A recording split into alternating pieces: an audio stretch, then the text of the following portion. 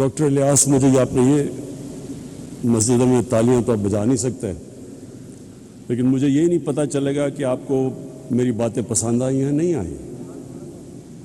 اچھا، ڈاکٹر امجد کہہ رہے ہیں ہاتھ آپ کھڑا کریں گے۔ میں سب سے پہلے آپ سب کو جو پیغام دینا چاہتا ہوں وہ یہ کہ یہ پاکستان ایک بڑی خواب کا نام تھا۔ ہم نے ایک مثالی اسلامی فلاحی ریاست بننا تھا، اور جو فلاحی ریاست کس کے طرز پہ بننا تھا؟ جو سب سے پہلے ہمارے نبی صلی اللہ علیہ وسلم نے مدینہ میں ایک ریاست قائم کی تھی، ان اصولوں پہ ہم نے پاکستان کو کھڑا کرنا تھا۔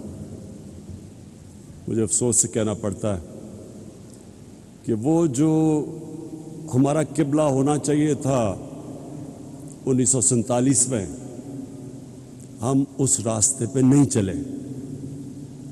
اور میرا یہ ایمان ہے کہ اگر آج پاکستان کو وہ عزت نہیں ملی دنیا میں، اگر پاکستان کا وہ مقام دنیا میں نہیں ہوا جو ہونا چاہیے تھا، اس کی وجہ یہ تھی کہ جس نظریے کے تحت پاکستان بنا تھا اس نظریے پہ ہم نہیں چلے۔ جو قوم اپنے نظریے سے ہٹتی ہے وہ کبھی کامیاب نہیں ہوتی۔ جو انسان اپنے نظریے سے ہٹتا ہے وہ بھٹک جاتا ہے، اور ہمارا نظریہ مدینہ کی ریاست کا نظریہ تھا۔ اس میں دو سب سے اہم چیزیں تھیں، ایک انسانیت، فلاحی ریاست جدھر ریاست نے اپنے کمزور طبقے کی ذمہ داری لینی تھی، جس کو انگریزی میں ویلفیئر اسٹیٹ کہتے ہیں، اور دوسرا جو نبی صلی اللہ علیہ وسلم کا حکم تھا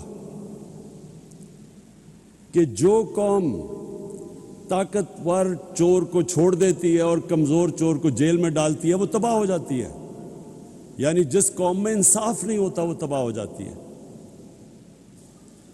اور انہوں نے پھر کہا کہ میری بیٹی بھی اگر چوری کرے گی تو اس کو بھی سزا ملے گی، یعنی کوئی قانون سے اوپر نہیں ہے۔ یہ دو سب سے بڑے اصول تھے جو بنیاد بنے مدینہ کی ریاست میں۔ اور بھی تھے، میریٹوکریسی تھی، خواتین کو پہلی دفعہ جائیداد میں حق دیا گیا،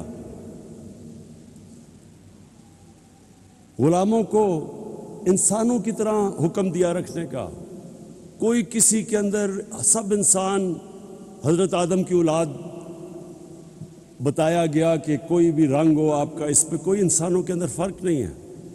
اور پھر رحمت للعالمین نے انسانوں کو اکٹھا کیا، انسانیت کا پیغام دیا کہ سب انسانوں کو تقسیم نہیں کیا، اور وہ ریاست، اس کے اوپر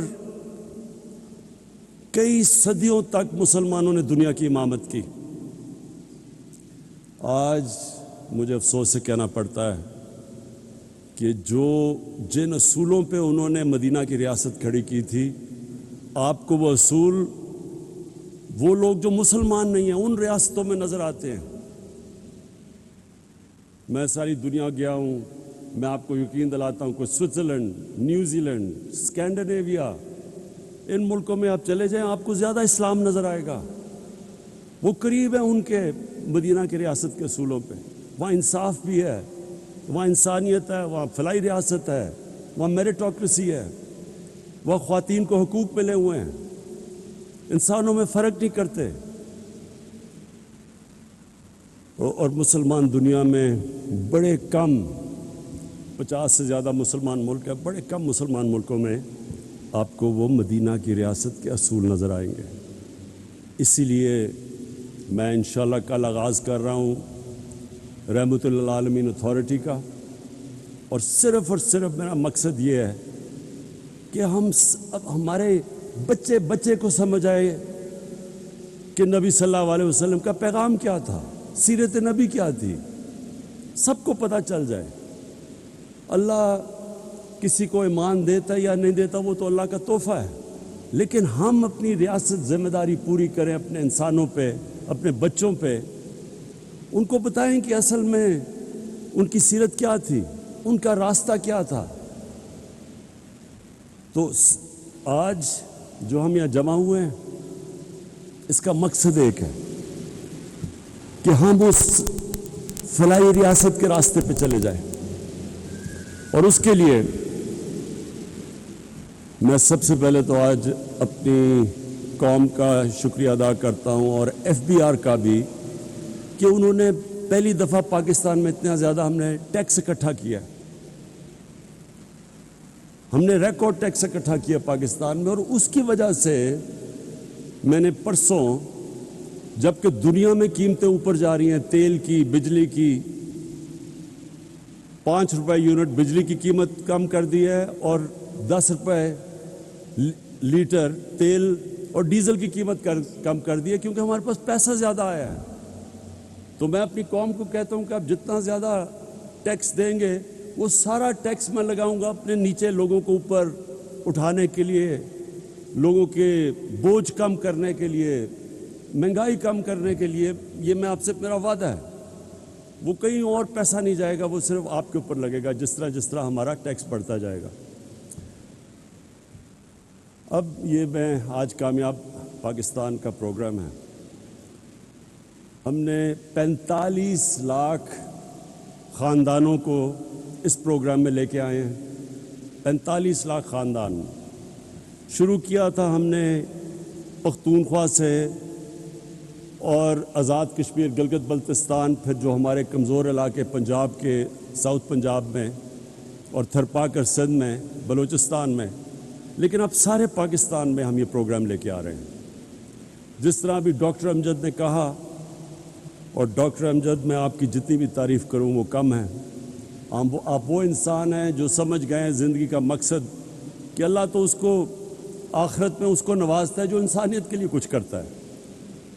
تو آپ نے جو بھی بتایا کہ اس کا مقصد کیا ہے، ہمارے جو 45 لاکھ خاندان ہیں جو سب سے نیچے ہیں، ایک گھر میں اگر شہر میں ہے تو 5 لاکھ روپیہ سود کے بغیر قرضہ اپنا کاروبار شروع کرنے کے لیے، اگر دیہات میں ہے تو 3.5 لاکھ سود کے بغیر قرضہ کسان اپنی زمین پہ لگائے، اور 20 لاکھ سود کے بغیر قرضہ اپنا گھر بنانے کے لیے۔ اور پھر ایک اسی خاندان میں اگر ٹیکنیکل ایجوکیشن، ایک فرد کو ٹیکنیکل ایجوکیشن دے تاکہ وہ ہنر سیکھے اور اپنے لیے کما سکے گھر پہ۔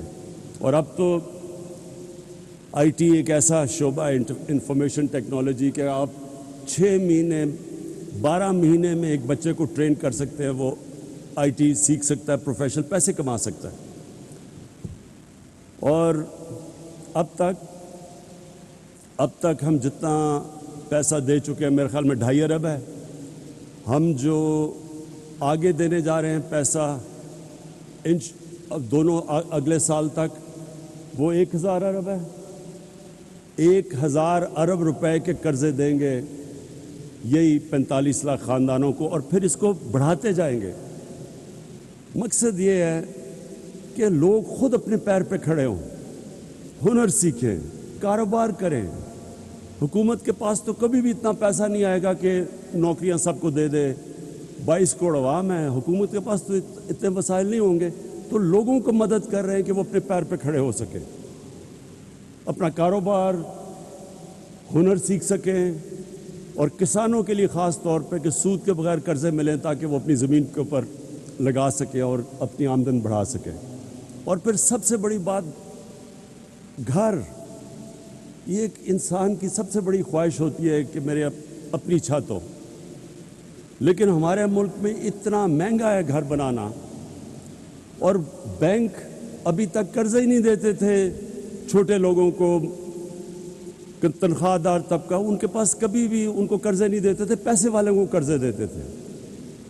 تو اس کا ہوا کیا کہ صرف پیسے والے لوگ گھر بنا سکتے ہیں، اور ہمارے یہاں کچی آبادیاں یہ بڑھتی جا رہی ہیں. کراچی میں تقریباً 40% کراچی کچی آبادیاں ہو گیا ہے. ہر شہر میں بڑھتی جا رہی ہیں. لاہور میں کچی آبادیاں، کیونکہ لوگوں کے پاس پیسہ نہیں ہے اپنا گھر بنانے کے لیے. تو یہ کوشش، ایک تو یہ کہ سب سے جو 45 لاکھ غریب خاندان ہیں ان کو 20 لاکھ کا سود کے بغیر قرضہ، اور پھر ہم نے اب بینکوں کو تیار کیا ہے. پہلی دفعہ پاکستان میں بینک اب تنخواہ دار اور اس طبقہ جو کرائے کے گھر میں رہ رہا تھا، اسی کرائے کے اندر وہ قسطیں دے کے اپنا گھر لے سکتا ہے. یہ بھی پاکستان میں پہلی دفعہ. اب تک 55 ارب روپے کے قرضے دیے گئے ہیں. اب تک 55 ارب روپے کے قرضے کبھی پاکستان میں تنخواہ دار اور نچلے طبقے کو نہیں دیے گئے تھے. اور یہ آنے والے دنوں ہر ہفتے یہ بڑھتے جا رہے ہیں قرضے، کیونکہ بینکوں نے پہلی دفعہ ہم ان کو سبسڈائز کر رہے ہیں. ہم بینکوں کی مدد کر رہے ہیں ان کو پیسے دے کے، تاکہ جو سود زیادہ نہ ہو ایک عام آدمی کے لیے. تو گورنمنٹ سبسڈائز کر رہی ہے. تو انشاءاللہ میری جو خواب ہے کہ ہم وہ جو سفر نکل گئے ہیں فلاحی ریاست کی طرف، جس میں جو سب سے بڑا پروگرام ہم نے کیا، جس میں مجھے ابھی فخر سب سے زیادہ ہے، وہ ہے ہیلتھ کارڈ. اس مہینے کے اینڈ تک سارے یہ پھر سے سن لیں، ہیلتھ کارڈ کیا ہے؟ 10 لاکھ روپے کی ہیلتھ انشورنس ہر پنجاب، پختونخوا، آزاد کشمیر، گلگت بلتستان، بلوچستان، ہر خاندان کے پاس 10 لاکھ روپے کا ہیلتھ انشورنس ہوگی. یہ نہیں گورنمنٹ ہاسپٹل، کسی بھی اچھے سے اچھے ہسپتال میں جا کے وہ 10 لاکھ روپے تک اپنا علاج کروا سکیں گے. اب تک عام لوگ صرف گورنمنٹ کے ہسپتالوں میں جا کے اپنا علاج کرواتے تھے، اور گورنمنٹ کے ہسپتال اگر آپ باہر چلے جائیں بڑے شہروں سے تو وہاں بڑا مشکل، کئی دفعہ ڈاکٹر نہیں ہوتے، نرسیں نہیں ہوتی، ایکوپمنٹ نہیں ہوتی. تو وہ بیچارے رلتے رلتے شہروں میں آتے ہیں. شہروں میں ہسپتال بھرے ہوئے ہوتے ہیں، 2-2 3-3 لوگ بستر پہ ہوتے ہیں. تو یہ جو ہیلتھ کارڈ سے اب کیا ہوگا؟ اب جو پرائیویٹ سیکٹر کے ہاسپٹل ہیں وہ دیہاتوں میں جا کے ہسپتال بنائیں گے، کیونکہ ہر خاندان کے پاس اب پیسہ آ گیا ہے اپنا علاج کروانے کے لیے. اور اس سے انشاءاللہ جو میری ایک ہمیشہ میں سمجھتا تھا کہ سب سے برا اور مشکل وقت ایک خاندان پہ تب آتا ہے جب ایک گھر میں بیماری ہو، ماں باپ بیمار ہوں، بچے بیمار ہوں، اور ان کے پاس پیسہ نہ ہو علاج. اس سے زیادہ ایک گھر میں بے بسی کا عالم نہیں ہوتا.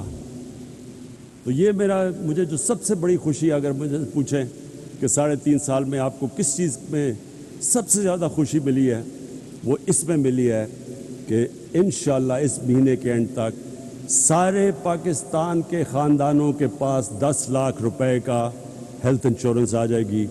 کسی بھی ہسپتال میں جا کے اپنا علاج کروا سکتے ہیں. میں آخر میں سارے جتنے بھی لوگوں نے مل کے یہ کامیاب پاکستان میں، جتنے بھی اداروں نے، اخوت، NRSP، سب نے جنہوں نے مل کے یہاں تک یہ ممکن کیا ہے، میں آپ سب کو خراج تحسین پیش کرتا ہوں. اور یہ جو ہم نے شروع کیا ہے، یہ راستہ، یہ وہ خواب ہے جو علامہ اقبال نے سوچا تھا جب انہوں نے پاکستان کا تصور کیا تھا. یہ اس راستے پہ انشاءاللہ ہم نکل گئے ہیں جو میں سمجھتا ہوں کہ پاکستان کی عظمت کا راستہ ہے. پاکستان پائندہ باد. وزیر اعظم عمران خان کامیاب پاکستان پروگرام کی افتتاحی تقریب سے خطاب کر رہے تھے. اس موقع پر ان کا یہ کہنا تھا کہ ان کی حکومت کی سب سے بڑی کامیابی پچھلے 3.5 سالوں میں صحت کارڈ کی تقسیم ہے.